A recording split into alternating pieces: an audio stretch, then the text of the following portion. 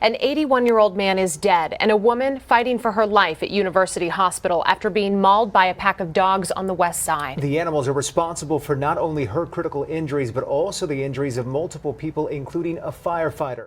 Tonight, we are learning more about the victims of that deadly dog attack on the city's southwest side. The family of Ramon and Janie Nahara starting this verified GoFundMe account for their grandparents.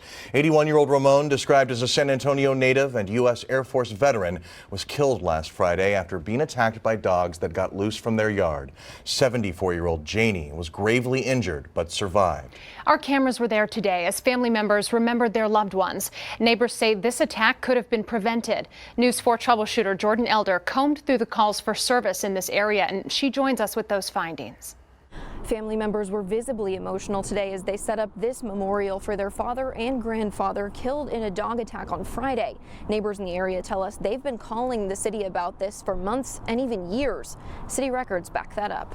It's really frustrating, and that this man had to pay his life for that, on account of the city not taking action. This is Belinda Rodriguez. She says she's called the city more than a dozen times about the dogs involved in Friday's mauling. Officials with Animal Care Services confirmed the dogs were also involved in 2 other biting cases, as well as several other reports. All 3 dogs involved in the mauling have been euthanized. We combed through 311 records and found that many of these cases are still open. Some of those cases, either we've had an officer out and there's an open investigation that continues, and then others of those that have been dispatched have not had an officer to the location yet. ACS Director Shannon Sims says you have to complete an affidavit in order to move forward with significant bite investigations. When we seek that affidavit, what we find is a lot of times folks are either afraid of their neighbor, they don't want to stir up drama within their neighborhood, and so they decline to fill out the actual affidavit to initiate that process. Sims says staffing is a concern in these cases too. You're talking about 16 to 17,000 calls for service a year just in that particular category, not even including bites. And we have, roughly 40 officers to include our investigators to knock out 87,000 calls for service in a year. We did the math for you. That would mean each officer would have to answer more than 6 calls every day plus paperwork, and that is including weekends. There are 111 dangerous dogs in San Antonio right now. 4 of them live right next door to Heather Ginsburg and her family. It affects our life every single day. We do not feel safe in our own yard. We're constantly looking over our shoulder. Ginsburg has photos and videos going back years documenting her struggles with dogs getting out of their enclosures. He's not letting me out of my car. On one occasion, 3 dogs got out, one biting her leg. I can't even remember how I got away, but I ran to my car and I was able to get in the car and shut the door really fast. A dog is considered dangerous if it makes an unprovoked attack on someone and causes injuries outside of its enclosure, or commits unprovoked attacks that lead to the belief that it could attack and injure someone. A victim or witness has to file an affidavit in order for the dog to be investigated. If it's deemed dangerous, these are all the requirements for the dog. And here are all the requirements for their owners. There has to be signage associated with it, prominently displayed outside of the residence, and they receive annual inspections. The animal has to be muzzled at any time that they're outside of the enclosure. These dangerous dogs often get to stay at home. In this case, 4 dangerous dogs in one enclosure. It could be making them angrier and angrier. And so then that adds again to the situation when they eventually do break out. ACS tells me dogs can be removed from their homes if these requirements aren't met or if the dogs get out. That's determined on a case-by-case basis. Ginsburg says after several visits from ACS, all the dogs still remain in the backyard next door. They are overwhelmed. I understand that. I sympathize with that. I would like to see the ordinance being followed as it is written. Last night at 5, we told you police had arrested 31-year-old Abilene Schneider 5 days after the arrest of her husband, Christian Moreno. They're now both facing the same charges for last Friday's attack. According to her arrest warrant affidavit, police say Schneider and her husband had been breeding their dogs, training them to be aggressive using meat. Investigators saying she was also recorded having conversations with her husband about how dangerous the dogs had become. The couple remains behind bars tonight, and their dogs have been put down. But city officials say Animal Care Services knew the pit bulls involved in the attack had a violent past. However, the couple was allowed to keep those dogs because previous victims did not fill out a state-mandated form. As News 4's Jordan Elder explains, lawmakers are proposing new changes to make sure dogs like this are reported and then fully investigated so future tragedies can be prevented. The process for how you can report a dangerous dog coming under fire after an elderly man was mauled to death last week. An affidavit was not filed, therefore we could not move forward with that dangerous dog designation. It's not a new issue. Director Shannon Sims tells us many people don't want to stir up drama by filing an affidavit when they get attacked. But that's the only way the city can investigate dangerous dogs. That would have pitted me against my neighbor. And no telling what kind of retaliation. It continues to escalate the situation when they cite them. Some residents across the city tell us more people would be likely to file the affidavit if they could do it anonymously. That's the point of State Senator Jose Menendez's new legislation. People don't want to get involved if they think it's going to cause them personal repercussions. That's why we feel that having an anonymous ability to file these affidavits will help people in situations when they're already scared. Menendez also wants to make it easier for people to file these reports and notarize them. City leaders say they support the new efforts. If somebody was allowed to give that anonymous affidavit, perhaps this older gentleman wouldn't have been killed. But this small change could lead to a big influx of reports, and ACS says they're already struggling with staffing. We asked Councilwoman Melissa Cabello Haverda what the city can do to prepare. What we need to do is really look at how competitive we're being as far as pay, as far as benefits. We are learning tonight that San Antonio's Animal Care Services Department has been writing fewer citations since the start of the pandemic. The News 4 troubleshooter's Jordan Elder is finding out why for us tonight. The data for these citations is now updated on the city website only after the troubleshooters found that some of the reports were missing. This is the trend we've seen since the end of 2019. This red line is what the department says their target was for those fiscal years, and the blue bars are the actual number of citations written. The first drop came right here as the pandemic hit. ACS tells us in a statement that COVID-19 affected staffing like in many other city departments and led to high percentages of staff on leave. That resulted in a reduction of citations issued compared to prior years. They also mentioned that all new animal care officers have to go through an extensive in-house training academy before they can respond to field calls. But the numbers stayed under the target goal even beyond the worst of COVID. ACS says they're looking for compliance through education and engagement rather than citations. In fiscal year 2022, which starts over here, the department made it a focus to address repeat offenders. That led to a preventative program called the Community Animal Support and Assistance, or CASA program. Over the course of a month, the teams went out to historically underrepresented neighborhoods and handed out more than 200 humane restraints. They also helped almost 50 pet owners with food resources for their animals. Hundreds of pets received microchips and hundreds of owners were given other resources. For fiscal year 2023, which starts right here, the target set in ACS documents is about 700 citations per month. But the department tells me their main goal is responsible pet ownership and to only issue citations when they're warranted. We'll be sure to look at the rest of those numbers when they're available. You can find this interactive graph and other statistics over on our website. Neighbors of the man and woman arrested for that deadly dog attack are speaking out. This following the arrest of a third person connected to the case charged with retaliation. A relative accused of threatening the lives of neighbors who spoke to police and the media. News 4 San Antonio's Jordan Elder live with the latest. Jordan. Robert, it's been 2 weeks since a man was mauled to death here on the city's southwest side. Neighbors who witnessed the attack tell us they felt helpless. Now, 2 weeks later, they say they feel helpless again as they face threats. Did it ever get to a point where you feared for your safety? Yes, and for my family. Belinda Rodriguez lives near the spot where one man was killed and several people were injured in a dog attack. She says she reported the house where the dogs lived multiple times. Her neighbor is the victim named in the arrest affidavits for Destiny Marie Cardona. Police say Cardona is the sister of Abilene Schneider, who co-owned the dogs involved in this attack. The alleged victim says Cardona and others told her, quote, "You are going to pay for this," and, quote, "We are going to kill your son, bring him to you, find you, and kill you." She called me yesterday. She felt, relieved some relief, she says. But she says now we're waiting to see what happens next. Rodriguez says she's been threatened too. Egging of the house, toilet paper, fireworks, name calling. Police are now investigating those incidents. Attorney Robert Jimenez says retaliation cases happen often. They're classified as a third-degree felony. And a third-degree felony is punishable by anywhere from 2 years in the Texas Department of Corrections up to a maximum of 10 years. State lawmakers are already considering how to make reports for these situations more private to prevent retaliation. District 5 officials say they won't be commenting on the ongoing investigation. A spokesperson says in an email, quote, "Any help that state legislators can give us in order to streamline and protect individuals throughout the reporting process is greatly appreciated." For now, neighbors are still on edge. And I don't know when these people are going to come out or what's going to happen.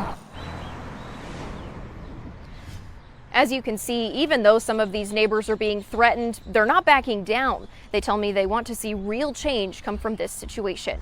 Reporting live, I'm Jordan Elder, News 4 San Antonio.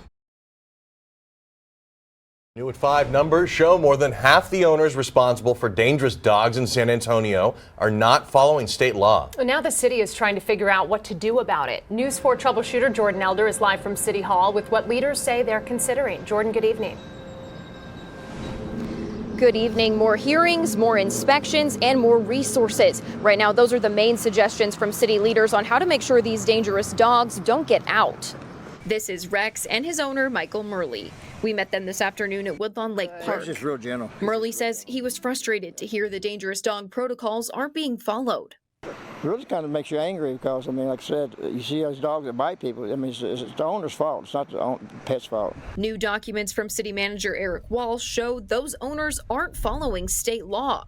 More than half of the dogs deemed dangerous in San Antonio aren't in compliance. Some are administrative issues with insurance, but the majority are serious safety issues. Dogs escaping their required enclosures or getting off their property. I mean, they shouldn't enforce laws that they do have. I don't think there's really enough agents to go around. We've asked ACS how long the noncompliance has been an issue, but we haven't received a response. Walsh's memo says more court hearings will be the first step. There's going to be a specific day at our municipal court for vicious dogs and bite attacks. The city says it will ask ACS to simplify and improve their online materials to help people report dangerous dogs. ACS will also train police officers to help people file dangerous dog affidavits. Those are required for investigations to begin. The city also identified more than 100 homes in San Antonio where dogs have had to be repeatedly quarantined in bite cases. Officers will be going out to those homes in the coming weeks for inspections and to speak with neighbors. Reporting live at City Hall, I'm Jordan Elder. Officials from Dallas and Houston say they can't support proposed statewide changes to dangerous dog laws. Several San Antonio lawmakers have filed bills on the matter after that deadly mauling on the city's southwest side. But as Jordan Elder with the News 4 I-Team explains, some think these ideas go too far. A bill aimed at protecting you from dog attacks was met with some opposition at a committee hearing.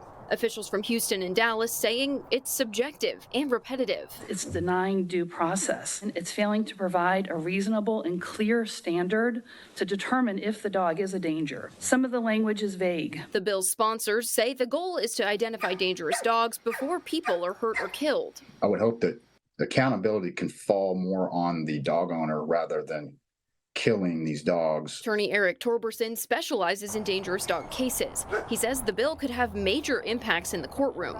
One of the changes would allow animal control officers to classify a dog as dangerous by observing and documenting their behavior. We actually do enact dangerous dog investigations without a witness testimony.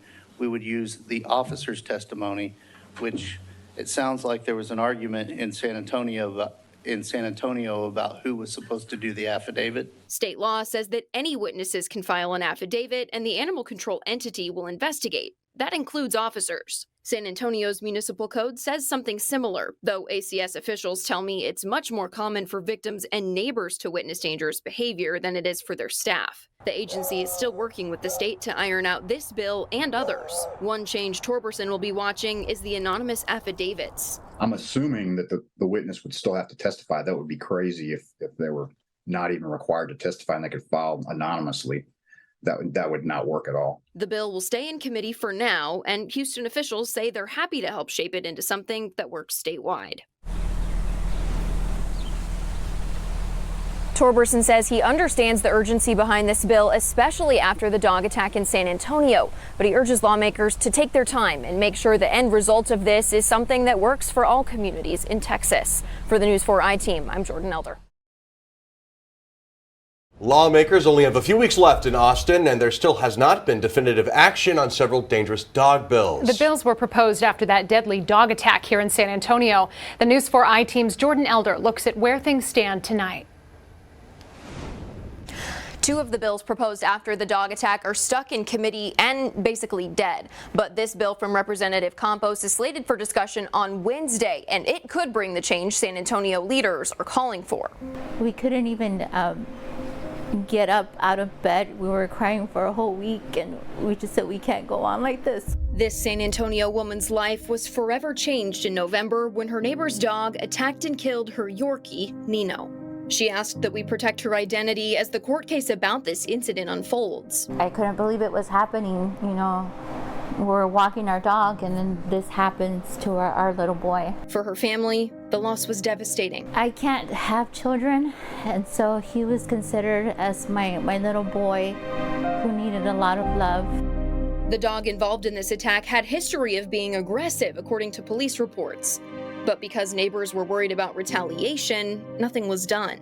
It's situations like this that inspired Senator Jose Menendez to introduce anonymous affidavits in his legislation. And we need to make it to where people don't need to feel responsible to do the job of animal control in the city of San Antonio. But his bill is stuck in committee, and as the legislative clock winds down, he says this bill from Representative Liz Campos may be the last beacon of hope. Dallas and Houston originally opposed the bill, but after new changes, the city of Houston sent this letter pledging their support. This family tells us they know ACS can only do so much, so they're praying for action at the State House to help them. It's very important because this could have been prevented if there was more stricter laws involving vicious dogs. Part of Representative Campos's bill will only apply to San Antonio, which is what made other cities finally agree to sign off on these changes. ACS would also be able to launch investigations without an affidavit. For the News 4 I-Team, I'm Jordan Elder. Animal Care Services saw a spike in reports after that attack, leading the department to adjust staffing and up their enforcement. The I-Team's Jordan Elder looked through months of service calls. She joins us with a closer look at the issues residents are seeing.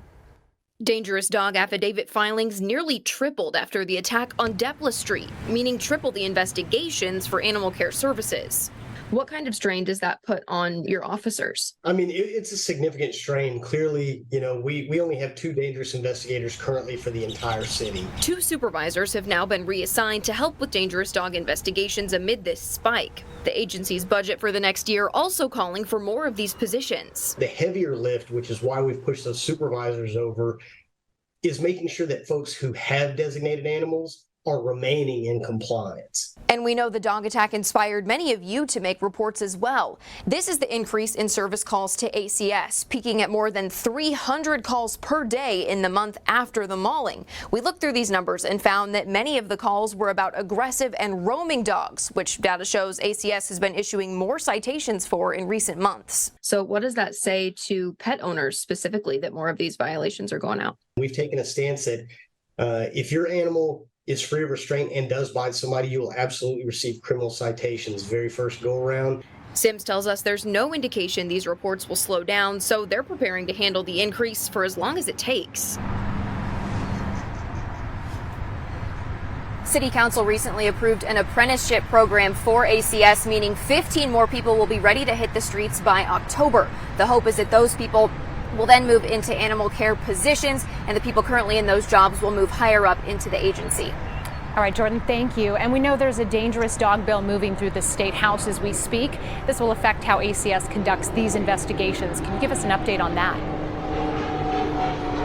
Simone, we learned just moments ago that bill has cleared the final hurdle in the Senate and will now head to Governor Abbott's desk.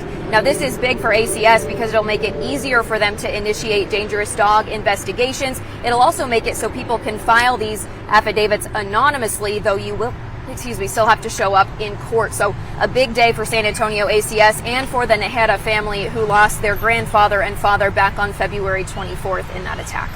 So many people demanding change. Jordan, we appreciate your reporting. Thank you.